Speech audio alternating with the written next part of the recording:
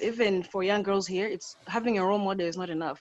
Like for me, the housemaid that helps us at home, her daughter was going to school, and I told her to keep on going to school. I kept on encouraging her that, continue going to school. You might not see the benefit of it now, but you will definitely see it later on in the future. And every time I'd go back to school, I'd come back, I would tell her the same thing. And one time when I go back from school and I found out she was married. So Hmm. even having a role model is not enough for these girls. So it really needs to start from like when they're little children, when they're little girls. Because it's the culture that's been set up. It's the mindset.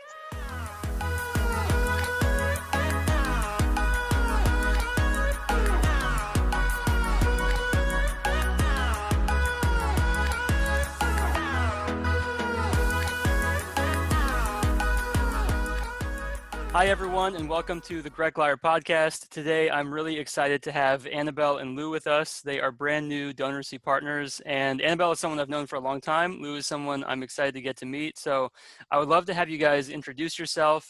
Annabelle, why don't we start with you since I know you? Yeah, so my name is Annabelle Chinchin. You've probably kind of seen some of my dad's videos, Paul Chinchin, highlighted on DonorSee. I've grown up in Malawi since I was 1 year old, and now I'm currently living in San Diego working for our stateside office with African Bible colleges, and just recently published a photography book on the women of Malawi called Arise.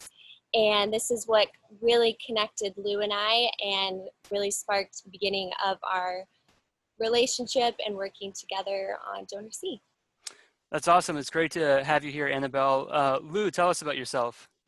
I live in Lilongwe, the capital city of Malawi, and I just recently graduated from African Bible College. And uh, I haven't had a smooth run in my education, so I know what it is like for everyone, especially ladies.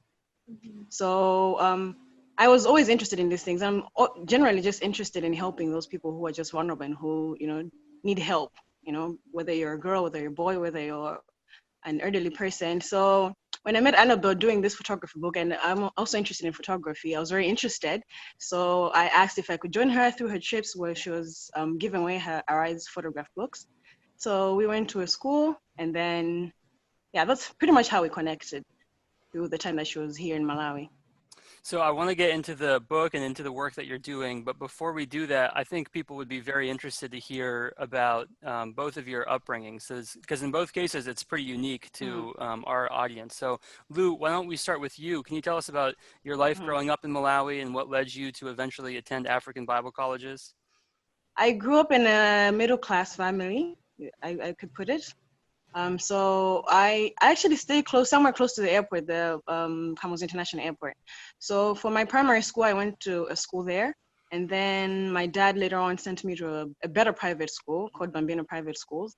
And I did my standard 4 until standard 7 there. And then I went to secondary school, an all-girls secondary school, um, an all-girls boarding secondary school, and then I did my 4 years of secondary school there. And then I didn't really get good grades, so I had to redo my secondary education. But then the syllabus I was doing then was the Malawi certificate um, syllabus, and then I moved to the in Cambridge syllabus. So I was at Joyce Meyer Foundation in Blantyre, and then after that, I finished my 2 years there, and then I started applying for colleges, but I got a couple of rejects, and I finally got in at Malawi Institute of Journalism, where I started my certificate. But the time I was applying at Malawi Institute of Journalism, I also applied at ABC. So the Malawi Institute of Journalism, the results came in earlier, so I started there for my certificate. And then after I did my certificate, I didn't quite finish because the time I was about to finish, ABC sent me a letter that I was picked to go to the college as well. So I was excited because the certificate, I was just doing a certificate at Malawi Institute of Journalism, but then African Bible College offered a degree. So I thought that was a better long-term plan. So then I went to African Bible College and did my 4 years, and it's been great. I have gotten so many skills, and yeah, so pretty much I haven't had a smooth ride. As I said, I had issues, trying to get into college and everything. So I understand where people come from, and I understand how hard it is, especially here in Malawi. Not everything is easily accessible to everyone. So yeah, I think that pretty much rounds up how I was brought up and my education. Thanks, Lou. Annabelle, tell us about yourself, where you grew up, and we know what you're doing now, but I think just people would love to hear about your upbringing. I would definitely classify myself as a third culture kid. I was born in the US, but moved to Malawi, as I said, when I was 1 year old, and lived in Malawi until the last 2 years of high school, and then went back to the States and finished out my education up to college. But growing up overseas and being from the US, a US citizen, I definitely had just a different perspective on the world. I was from this culture and that culture and kind of merged this third culture that I'm a part of. And I'm so thankful for that because the Malawian culture and the Malawian people have hugely shaped who I am. And I give so much credit to the women of Malawi for just empowering me and giving me this desire and appreciation for my education. And one thing that I think a lot of us can relate on, no matter where you are in the world, is that pursuing your university education is quite costly. And that was something that was challenging for me as well. And so I have such a big heart to help other individuals. I can't tell you the amount of times I would sit in my university's financial office just bawling my eyes out, just praying to God that somebody would help, that there would be some kind of grant that I could apply for, some form of scholarship. And so to be on the other side and having gone through that, I just have a special heart for individuals that are struggling with their education. And I've seen such a huge impact and value that that's had in individuals, specifically women overseas in developing countries. It really is life-changing. And I think in the States, it's different. If you go to college or if you don't, you can still be successful. It's not super life-changing. But when you live overseas and when you're from a developing country, it most definitely is life-changing. I mean, it opens up the door to so many different possibilities that you wouldn't have access to if you didn't finish out your education. So I did grow up in a Christian missionary home, and I'm so, so grateful for that. My grandfather started a mission organization called African Bible Colleges, and that is the organization that I'm affiliated and work with today. And it's where so many of our graduates, like Lusungu, have graduated from, and they're making powerful impacts in their community. And that's really the vision of African Bible Colleges, is to raise up Christian leaders. And so my desire is to partner with schools like ABC that are creating this atmosphere to raise up specifically women to go out and transform lives and impact people eternally with a Christian education. Yeah, thanks, Annabelle. I think it's really well put the way that you expressed how in America, there are people who can not go to college and they can still have a successful life, a pretty comfortable life, or even a very successful life. But that's not the case all across the world. So Lou, I would love for you to kind of explain the difference between what an education can do for someone who comes from a place like Malawi and what the lack of education, like how are their lives different between someone who has an education and someone who does not have an education? What does that look like in Malawi? I think generally for you to get a job anywhere, usually a good job rather, you need to have a paper. So even back then when the Malawi didn't have too many colleges, you needed to have at least a secondary certificate. So a secondary certificate then would come a long way, would do a long way for you to get a job and get a better life. And actually, some of the people who some of our parents in my parents' generation, some of them didn't even make it to college, but because they had that certificate, that secondary school certificate, it's what got them opportunities.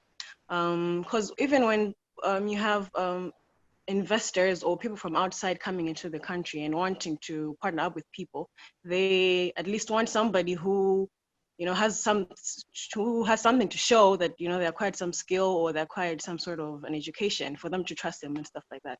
So, and education really goes a long way. And not only the paper, it's with an education, you get to meet different people from different walks of life. And so, which brings up more opportunities as well. And you also happen to have people who can mentor you. So opportunities come in coming through the channel of education. So many opportunities. Not just you having a paper, but when you meet different people, they see your different skills. And because I could have a degree in mass communication, but maybe I have a skill in, I don't know, singing, or a skill in something else, which somebody could think is very valuable, which is very valuable. Someone could use that and help me make something of myself using that. So an education comes a really long way, because that's really um, the biggest platform where you can get exposed here in a country like Malawi. Yeah, I think that was really well put. Would you mind expressing a little bit more what happens with someone who does not get an education in Malawi? What's their lifestyle like? What's their opportunity like? What happens when that's not made available for someone in a place like Malawi? When an education is not made available for somebody here in Malawi, it's very difficult for you to get anywhere, because people, I mean, sometimes, I mean, the paper holds so much degree, it holds so much, but it's not everything. So sometimes when you don't have a paper, even when you have something to offer, people won't think you have anything to offer at all. So an education really goes along, especially for ladies. Men can do so many things. Men can, can have, we call it kabaza here. They can set like a kabaza business where you have a bicycle and you pick people on a bicycle and drop them to different places and you get paid for it.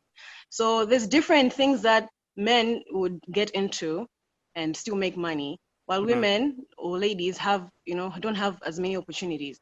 Because when the man is outside doing such stuff to bring something home, the woman will be taking care of the kids, or will be at the farm. This is me talking of an really average Malawian or an ordinary Malawian. Right. So an education really just puts you in a place where you have so many opportunities. I wanted to add to that. Love everything that Lou mentioned. I mean, education really does rise that person's ability to come out of poverty.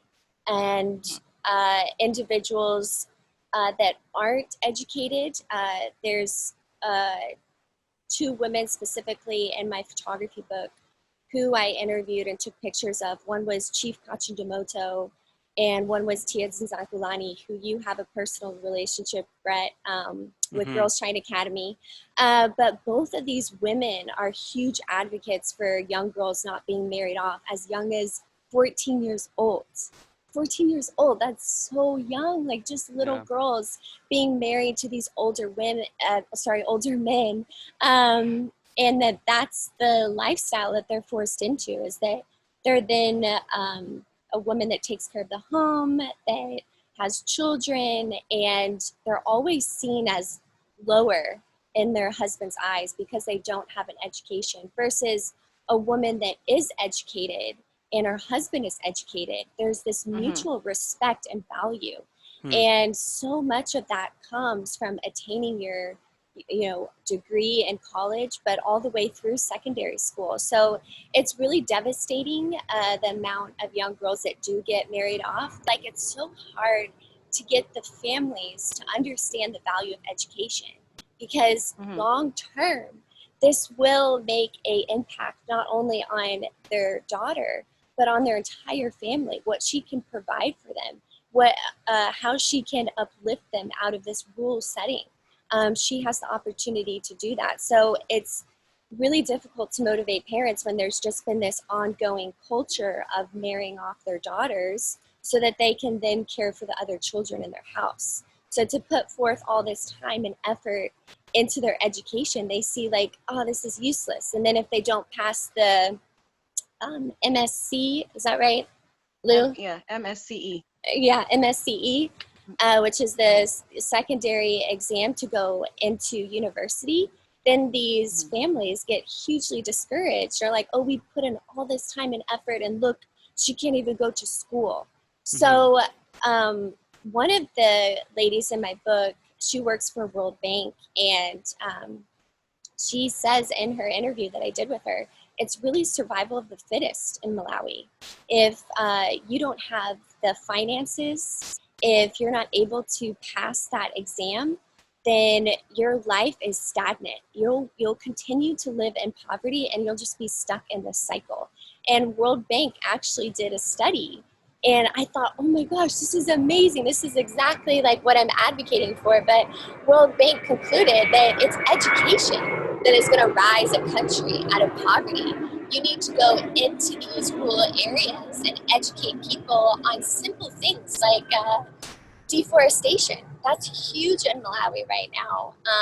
And I understand why people are cutting down trees. I mean, they need the charcoal. That's how they make food. That's how they keep warm at night. So I understand, but just the simple education of, hey, if you cut down a tree, let's replant a tree, because trees are really important for the soil. And actually they help prevent flooding because they absorb so much of the water, and they're really good for nutrition for the crops that you grow. So there's just so many different factors, and it just comes down to that, you know, that simple fact of that it's education.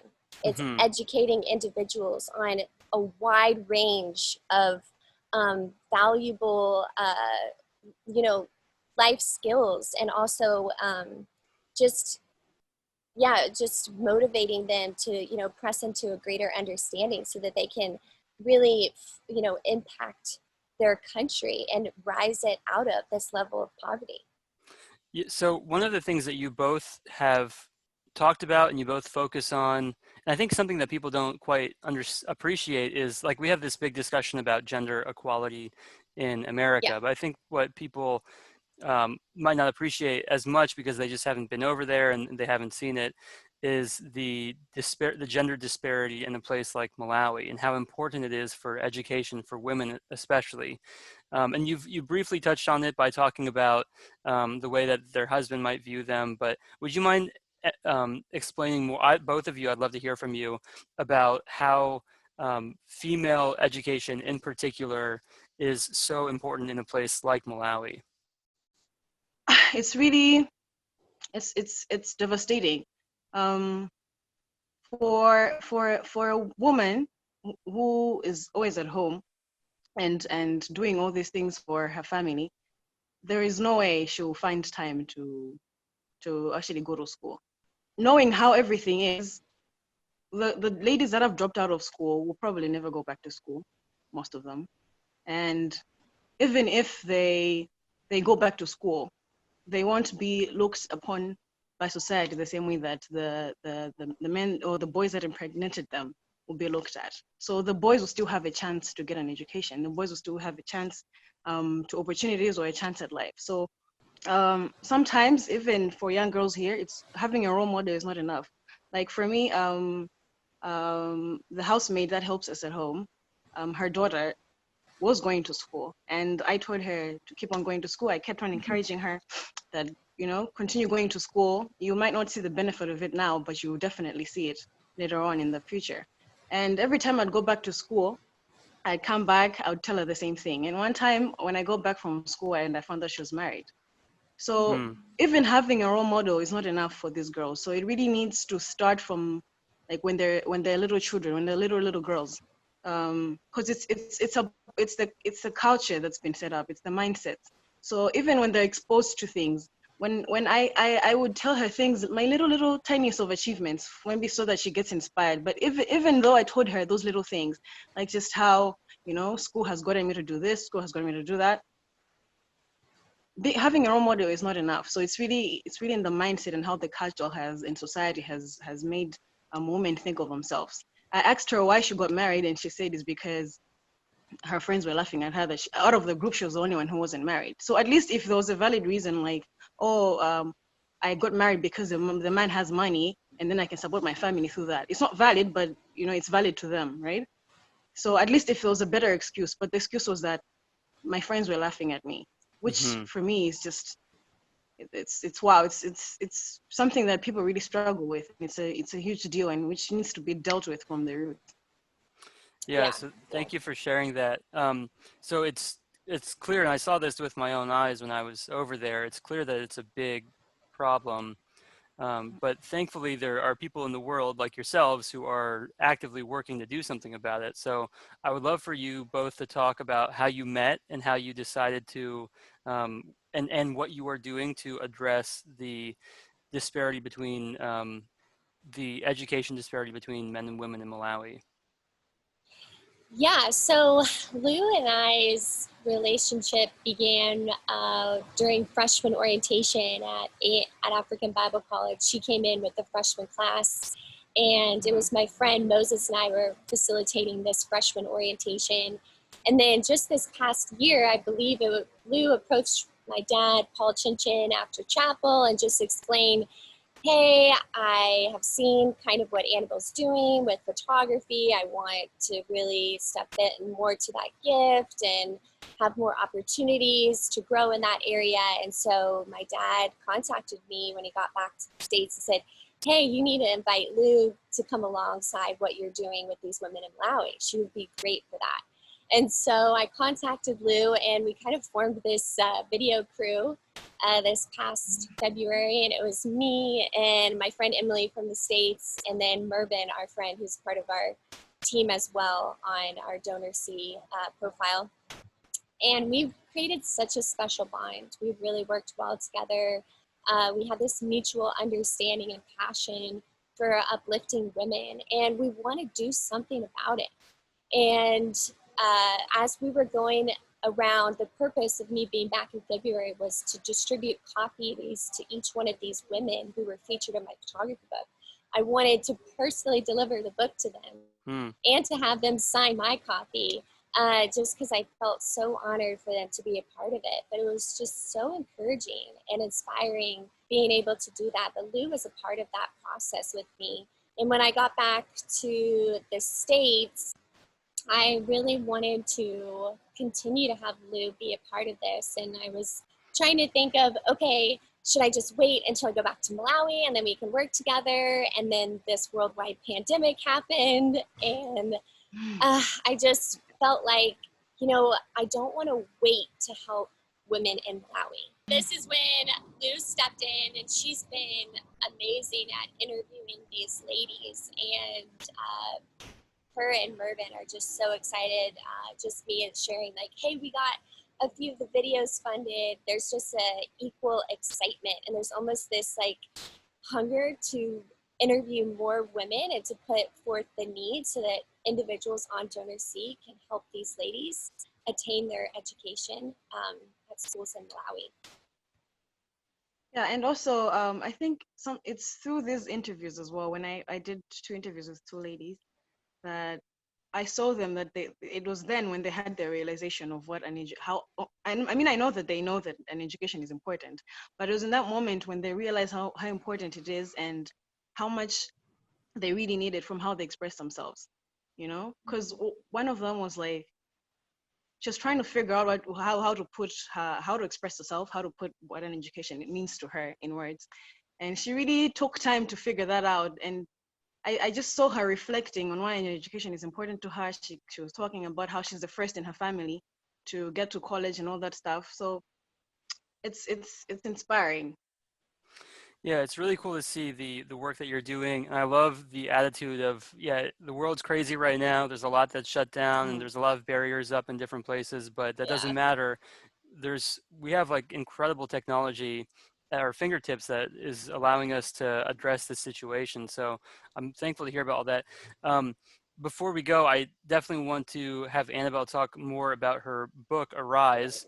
Can you tell us more about how you decided to, like the name of the book, the concept behind it, and what you hope to have, what you hope to instill in the people who read and look at the book?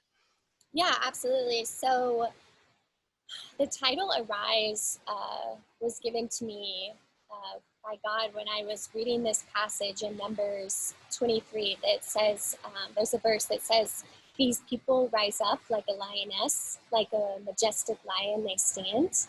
And I immediately thought of the strong and powerful and beautiful and victorious women of Malawi, that these women arise. Every single day they rise and they step into the woman that God has created them to be. And so it's my hope to raise up a platform for these women's stories to be heard. They've overcome some challenging circumstances, temptations, difficulties that you can't even imagine, and just what they endure on a day-to-day basis. But their strength is so inspiring. And so it's my hope that individuals can read these stories and acknowledge just how amazing these women are in Malawi. But I also challenge individuals that do buy this book that they too can arise, that they can step into who God created them to be, because I believe that we are all uniquely designed to do something great. And a lot of the times it's fear that keeps us at bay. We don't step into this big act of courageously going for this dream or this passion or gift that we have. And so I've been in that place, and I can say taking that leap of faith has been the most rewarding decision of my life. So yeah, all of that to say it was such a remarkable experience putting the book together. I captured women from all across the different social spectrum.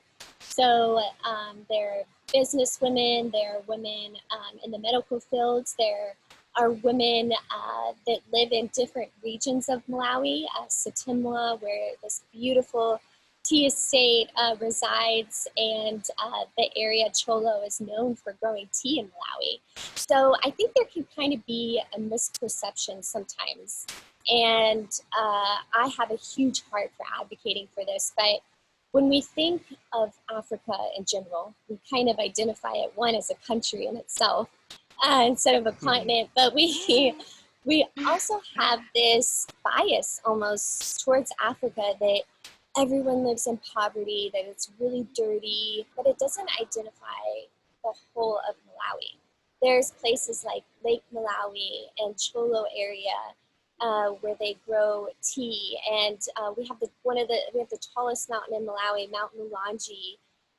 But there's these beautiful scenic places in Malawi that are just breathtaking, that Malawians are so proud of. And I understand that growing up there, that they don't just see their country as poverty. They're very proud of their country. And it's my desire to honor the people of Malawi and honor Malawi in general. And so that's what I've done through this book is my pictures, I've been very cautious and attentive to not capture, we kind of call this poverty porn, when you capture a child in, maybe they're malnourished in a very rural area, and that it very well tells the story, but it's not honoring to the person. If you think about if I went to your house and saw you on your worst day and you took a picture of me, how would that make me feel? So I'm very considerate in that aspect, and I have to give a lot of acknowledgement to Esther Havens, who is a humanitarian photographer, and she's taught me so many of those just areas to adopt in how I pursue my photography and capture stories of individuals.